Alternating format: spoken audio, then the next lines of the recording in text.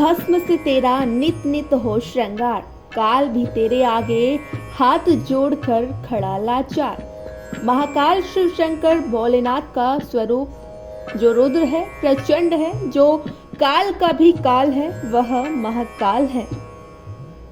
उज्जैन को मंदिरों की नगरी कहा जाता है। क्षिप्रा नदी के तट पर बसे होने की वजह से इस शहर को क्षिप्रा के नाम से भी जाना जाता है।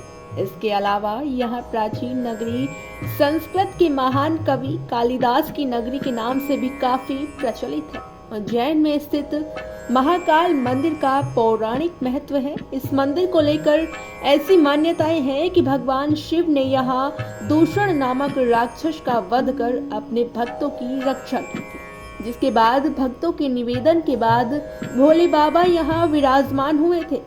यह मंदिर भगवान शिव के 12 ज्योतिर्लिंगों में से तीसरा ज्योतिर्लिंग है।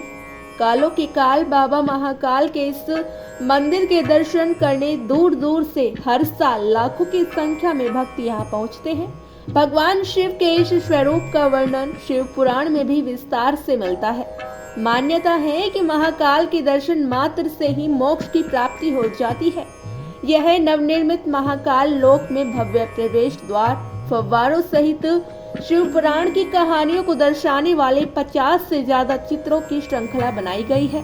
कालों के काल बाबा महाकाल के इस मंदिर के दर्शन करने दूर दूर से हर साल लाखों की संख्या में भक्त यहाँ पहुँचते हैं। भगवान शिव के इस स्वरूप का वर्णन शिव पुराण में भी विस्तार से मिलता है। मान्यता है कि महाकाल के दर्शन मात्र से ही मोक्ष की प्राप्ति हो जाती है।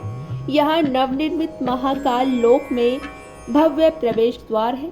फव्वारों सहित शिव पुराण की कहानियों को दर्शाने वाले 50 से ज्यादा चित्रों की श्रृंखला बनाई गई है।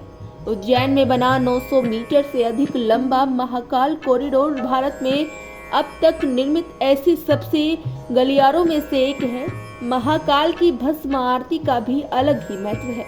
पौराणिक कथा के अनुसार दूषण नाम के राक्षस ने उज्जैन नगरी में तबाही मचा दी थी। यहाँ के ब्राह्मणों ने भगवान शिव से इसके प्रकोप को दूर करने की विनती की। भगवान शिव ने दूषण को चेतावनी दी, लेकिन वो नहीं माना। क्रोधित शिव यहाँ महाकाल के रूप में प्रकट हुए और अपने क्रोध से दूषण को भस्म कर दिया। माना जाता है कि बाबा भोलेनाथ ने यहाँ दूषण के भस्म से अपना श्रृंगार किया था, इसलिए आज भी यहाँ महादेव का श्रृंगार भस्म से किया जाता है। उज्जैन में कुछ और प्रमुख मंदिर भी हैं जिनका अपना अलग ही महत्व है। उज्जैन में हरिसिद्धि मंदिर है, जो माता के 51 शक्ति पीठों में से एक है। मान्यता है कि इस स्थान पर देवी सती की कोहनी गिरी थी, लेकिन एक खास बात जो लोगों के आकर्षण का केंद्र है, वो है मंदिर प्रांगण में स्थापित 2 दीप स्तंभ। ये दीप स्तंभ लगभग 51 फीट ऊंचे हैं। इसके अलावा बैठे हुए हनुमान जी का मंदिर भी आस्था का केंद्र है। वहीं स्थिर गणेश जी का मंदिर व गढ़कालिका मंदिर में श्रद्धालुओं की भारी भीड़ रहती है। देश में मंगल भगवान के कई मंदिर हैं, लेकिन भगवान मंगलनाथ मंदिर में की गई मंगल की पूजा का जो महत्व है वो कहीं और नहीं है। मान्यता है कि यहाँ पूजा अर्चना करने वाले हर जातक की कुंडली के दोषों का नाश हो जाता है।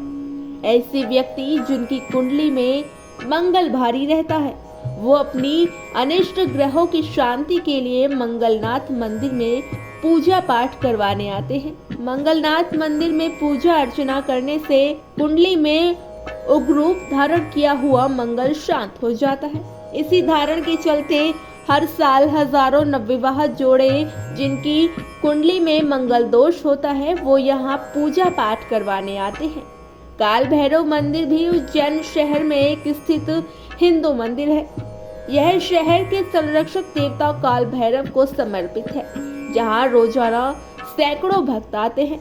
शराब मंदिर के देवता को चढ़ावे में से एक है। पंचमकार के रूप में जाने जाने वाले 5 तांत्रिक अनुष्ठानों में से एक के रूप में मंदिर के देवता को शराब की पेशकश की जाती है।